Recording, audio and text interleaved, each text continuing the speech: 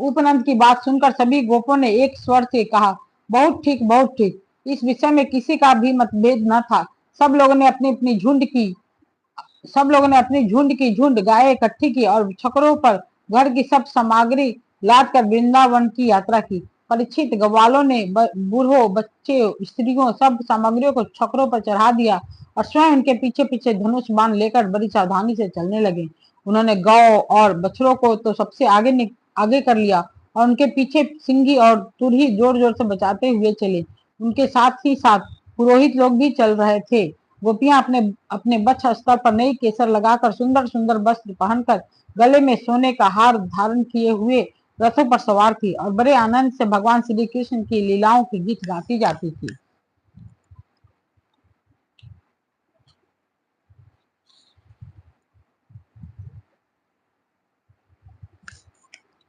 यशोदा रानी और रोहिणी जी भी वैसे ही सज धज कर अपने अपने प्यारे पुत्र श्री कृष्ण तथा बलराम के साथ एक छकड़े पर शोभायमान हो रही थी।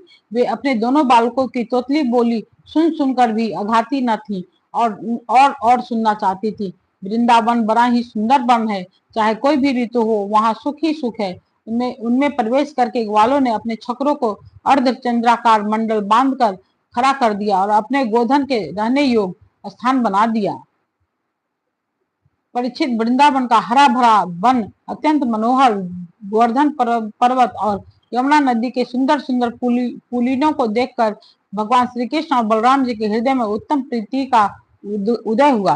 राम और श्याम दोनों ही अपनी तोतली बोली और अत्यंत मधुर बालोचित लीलाओं से गोकुल की तरह वृंदावन में भी ब्रजवासियों को आनंद देते रहे। थोड़े ही दिनों में समय आने पर वे बछड़े चराने लगे। दूसरे ग्वाल बालों के साथ खेलने के लिए बहुत सी सामग्री लेके वे घर से निकल पड़ते और गोष्ठ गायों के रहने के स्थान के पास ही अपने बछड़ों को चराते। श्याम और राम बड़ी कहीं बांसुरी बजा रहे हैं तो कहीं गुलेल तथा ढेलवास से ढेले या गोलियां फेंक रहे हैं। किसी समय अपने पैरों के घुंघरू पर तान छेड़ रहे हैं तो कहीं बनावटी गाय और बैल बनकर खेल रहे हैं। एक और देखिए तो सांड बनकर हकड़ते हुए आपस में लड़ रहे हैं तो दूसरी ओर मोर, कोयल, बंदर आदि पशु पक्षियों की बोलियां निकाल रहे हैं। परीक्षित इस प्रकार सर्वशक्तिमान भगवान साधारण बालकों के समान खेलते रहे। एक दिन की बात है, श्याम और बलराम अपने प्रेमी सखा ग्वाल बालों के साथ यमुना तट पर बछड़े चरा रहे थे। उसी समय उन्हें मारने की नियत से एक दैत्य आया।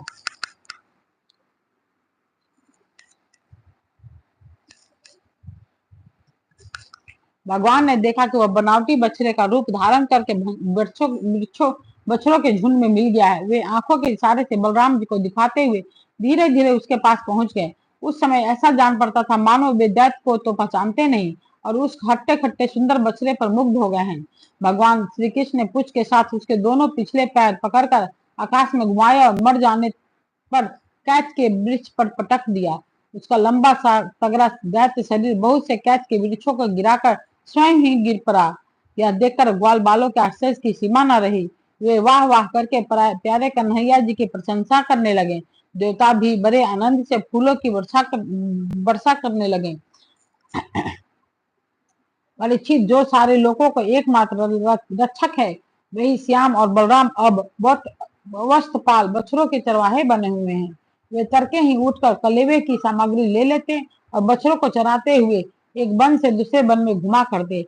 एक दिन की बात है, सब ग्वालबाल अपने झुंड के झुंड बछड़ों को पानी पिलाने के लिए जलाशय के तट पर ले गए। उन्होंने वहां बछड़ों को जल पिलाया और फिर स्वयं भी पिया।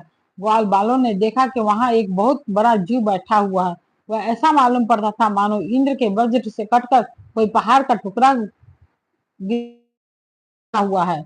ग्वाल बाल उसे देखकर डर गए। वह बक नाम का एक बड़ा भारी असुर था जो बगुले का रूप धर के वहां आया था।